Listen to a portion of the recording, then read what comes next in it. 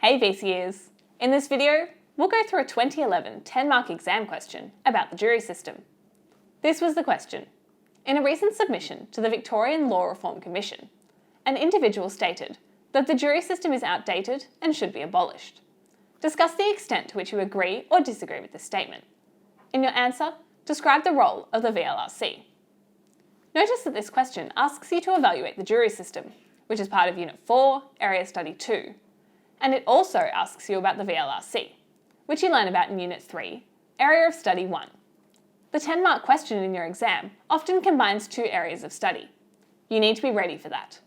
Usually, I don't advise that students choose one method of study over another, since every student learns in different ways. But I'll make an exception here. The best way for you to prepare for these types of questions is to complete 10-mark questions from previous VCAR exams and other practice exams. To help me out with this question, I've asked my friend Amani to join me. Amani, I think the jury system's so great. If the accused is tried by his or her peers, it ensures that the people have a say in how the legal system operates. The jury represents a cross-section of the community. Juries are ideally made up of community members of all different occupations, age, education level, gender, race, culture, and sexuality. This can lead to a decision that encompasses the views and opinions of a broad range of society. But Tessa, juries are sometimes unrepresentative of the community. The number of people who are disqualified, ineligible, excused, or challenged may leave out whole sections of society from the jury process. For instance, a party may challenge a certain type of person in order to skew the jury in their favour. That's true. Maybe we could reform the jury system by reducing the criteria for exemptions and ineligibility. That means a jury could be a true representative of a cross-section of society. Yet an obvious downside is that limiting these exemptions may lead to unsuitable or biased jurors being chosen. I'll throw another strength your way. The jury system means that responsibility is shared. By sharing the decision-making, rather than having one judge to make the decision, individual bias can be minimised. At the same time though, Tessa, biased jurors could influence the outcome of a case. Jurors may be influenced by their own personal prejudices and therefore might not decide based on the facts. They might also have already been influenced by media reports of a case. I still think it's important that ordinary community members make the decisions. It means the decisions are likely to reflect broad community values and will be accepted by the community.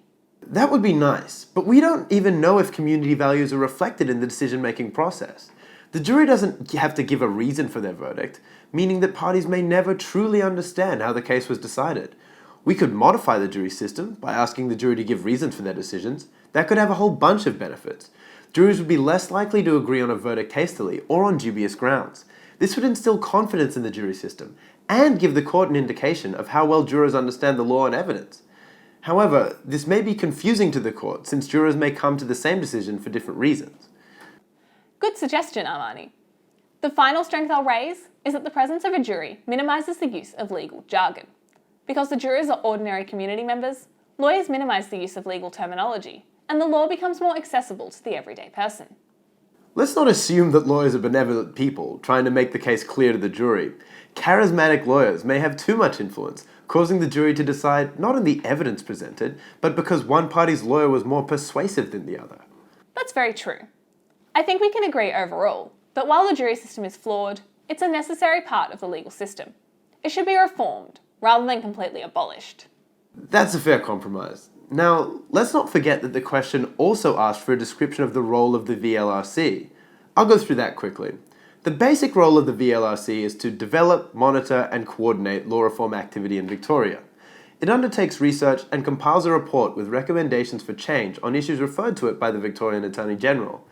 In undertaking research, it assesses community views on a particular issue through written and electronic submissions, public and private meetings, and discussion groups. Perfect. Thanks for that, Amani. While you do get marked on your overall answer for longer questions, it helps to have a structure. Here's what Amani and I did. We came up with 4 strengths and 4 weaknesses. Then we came to an overall conclusion about the jury system, and we described the role of the VLRC. We also suggested a couple of reforms to the jury. While you don't need to include reforms to get the full 10 marks, they can enhance your argument. Thanks for watching and happy studying.